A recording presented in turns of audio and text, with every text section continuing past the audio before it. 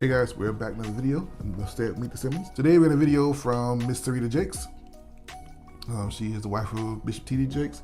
She dropped some science on wedding vows and what they truly mean and how they've turned into what they've turned into today. So here we go. It's to say the most important words that you'll ever say in a commitment, for better or for worse, in sickness and in health, forsaking all others, richer or for poor. Then this new generation came along and we want to make our own vows. You know why? Because it's easy to break.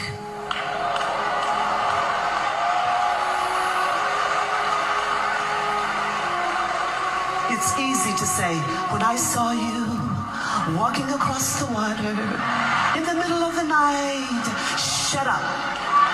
Better or worse? Sickness, health, richer, poor, forsaking all others, I'ma cling to him.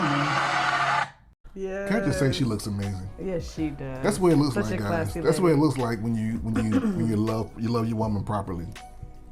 She got to be pushing what, 70 now? I think her in her 60s. 60s? Yeah. She looks amazing. I love it. You know, we talk to a lot of couples. We do a lot of premarital counseling and things like that, which we love doing premarital because it's so fun, because you're talking in theory and they're so in love and they're just ready just to get down the aisle. And a lot of people are now writing their own marriage vows. Yeah. And I don't have a problem with that. But what I think she's trying to say here is that people don't really understand the power of vows.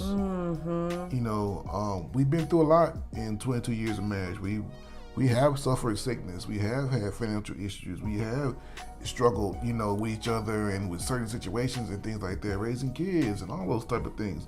But we clung to one another because that meant something to us. And we stood on that altar 22 years ago and we promised that we were going to do certain things. It meant something to us. But if you jump up there and be like, you know what, girl, I'm gonna do right by you. You know what I'm saying? You my girl.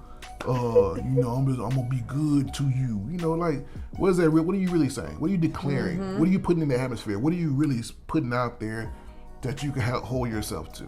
And that everyone in attendance can hear and also hold you accountable to as well. Yeah. Because it's about all of that. Yeah, just because you get up there and you see like these videos on Instagram, so like, I don't have a problem, dude. So what I do, start crying. Be crying and carrying on and all that stuff. Then they divorce in 5 years. Like, I mean, did you just have an emotional reaction, or did you actually mean what you said?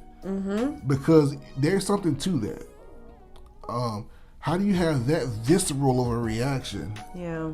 And then in 2, 3, 4 years, I can't stand you. I want you out of my life. And like you said, 2, 3+ years, they become mortal enemies in divorce. Mortal enemies, yes. I mean, it is the craziest thing. And we've seen it as we've coached couples when they come to us, sometimes too late. Yes. And we're trying to get them to kind of reverse some things and realize what they're saying. And they're mortal enemies at that point. It's like, no, it's no holds barred. I'm saying what I'm gonna say, and I don't care how you feel because I really don't love you. I actually feel hatred towards you. So this is what you're gonna get. In this climate of annulment, divorce, really don't care about the sanctity of marriage much anymore.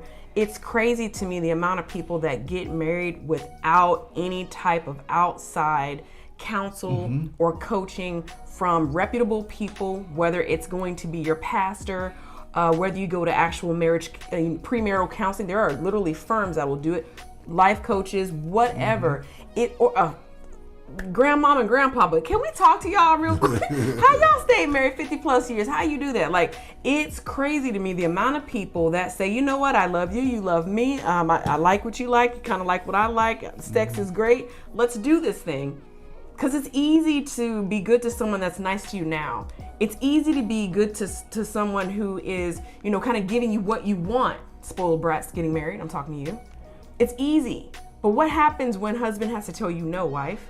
What happens, husband, when wife is sick and she can't have sex with you?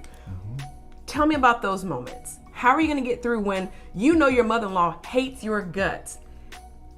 Husband, are you bold enough to say, you know what, mom? It's me and her over you. Like, those are the life moments.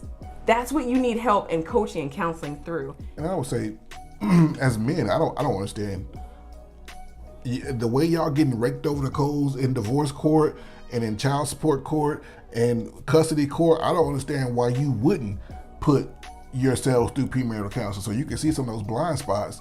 You're like, hey, she real selfish.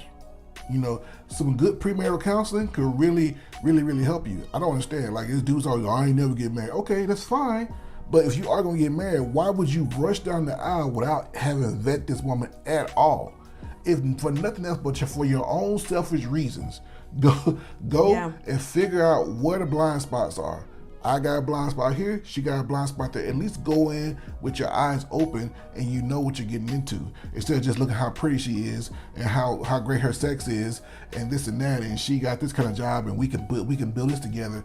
How can you build with somebody who doesn't want to build with you, who somebody wants to kick over your Lego set every time you build it up? Yeah. You kick your sandcastle over. Some people are just self-destructive. And if you don't know who you're marrying, which a lot of you don't know who you're marrying because like you keep coming to me and you're like, I don't know where this came from. That came from like, if I can see that by looking at the pathology, that came from right over there.